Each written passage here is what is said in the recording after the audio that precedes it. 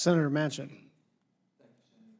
Thank you, Secretary. I appreciate it very much. First of all, I want to say I think Senator Hyde-Smith mentioned this about rural areas and the funding, and in the raise in for rural and mega grant programs. So, only thing I want to say is that we've been trying to, and I'm trying to get this, and all of us come from rural states. 20% of the population of America lives in rural America, classified 66 million people, and I guarantee you, we get less than single digits when all the funding comes from federal. I don't think it's directed or intentionally. It just happens because there's so much scale of economies in larger areas. But we're trying to make sure, so in a situation such as this, the $5.2 billion, $1 billion of that should have been designated for rural areas to get us appropriate share. And I think if you look, it didn't happen that way. Very large cities got most of it, but I want to bring that to your attention because we're trying to pass an overall piece of sweeping legislation that says the 20%. So anything you can do to maybe bring your staff up to speed on looking at that when we disperse monies out into rural areas would be very, very helpful. On the funding for alternative fuel refueling stations, what we're concerned about there, there's more than just EV charging stations that we're concerned about. I'm concerned about the horsepower that it takes to run the big trucks, that runs the things that we need, and that's going to be hydrogen as we transition. And I hope that you're looking at that as aggressively as you are the EVs that we're moving very rapidly in, and it's going to be needed for us to meet the demands because EVs will not carry the trucks and the big heavy loads that we need, and also on our trains and things of that sort.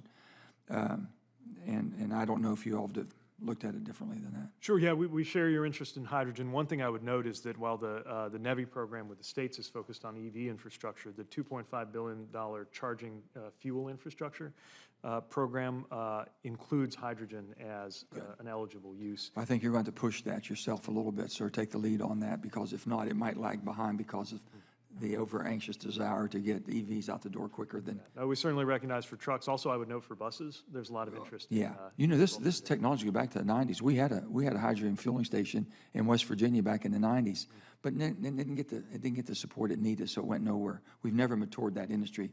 We're determined to get it done this time. If I could go to the rail situation, we had a disaster in 2015, but up until that, we've had the electronic control pneumatic brakes. I think you and I have talked about it briefly.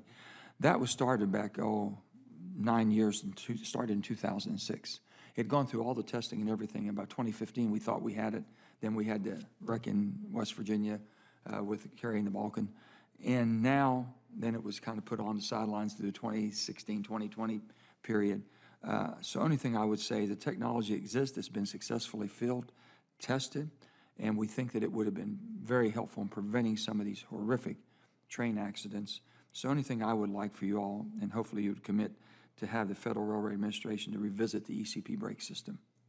Well, thank you for that, and we are interested in the ECP brake opportunities. As you know, the FAST Act constrains us to some extent in our ability to apply it, but I've directed our team to look at everything we can do within those constraints, and also would welcome partnering with Congress to loosen those constraints. I will note, now that positive train control is fully deployed, there would need to be some steps to make sure that we get the right compatibility between PTC and ECP, but I certainly continue to view this as a potentially very important safety. If you can keep up us to speed, basically on the technology and what changes have been made, and if they are adaptable, it would be very helpful on that, and hopefully we can expedite that.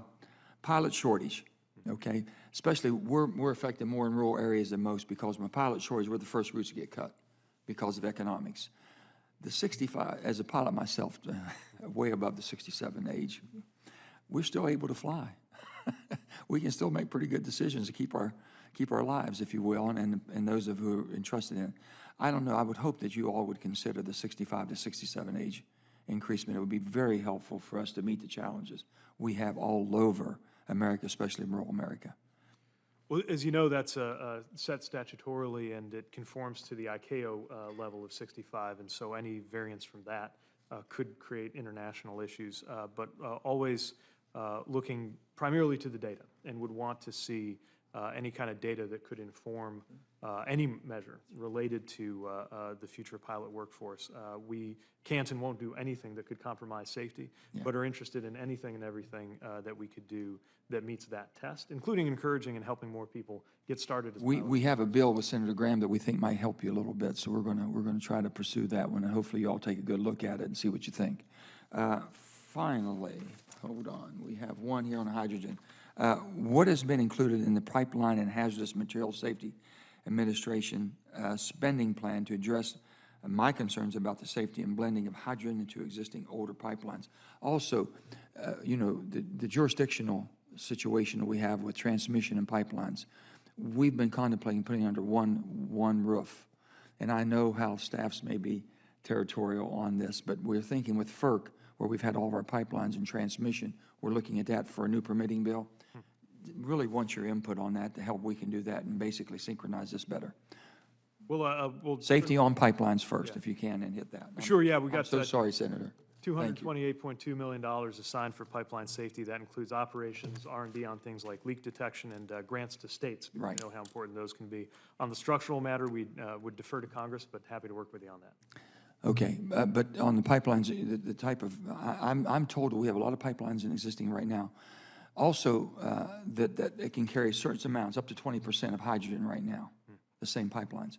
Some of the pipelines can be basically retrofitted, what we call sleeved, if you will, a new pipeline inside that. As we transition into more hydrogen, we're going to need help from you all right now and support.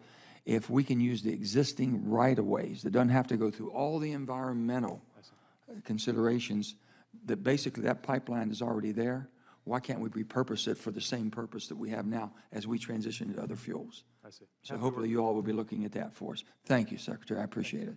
Thank you. Thank you, Mr. Chairman. You've been so kind.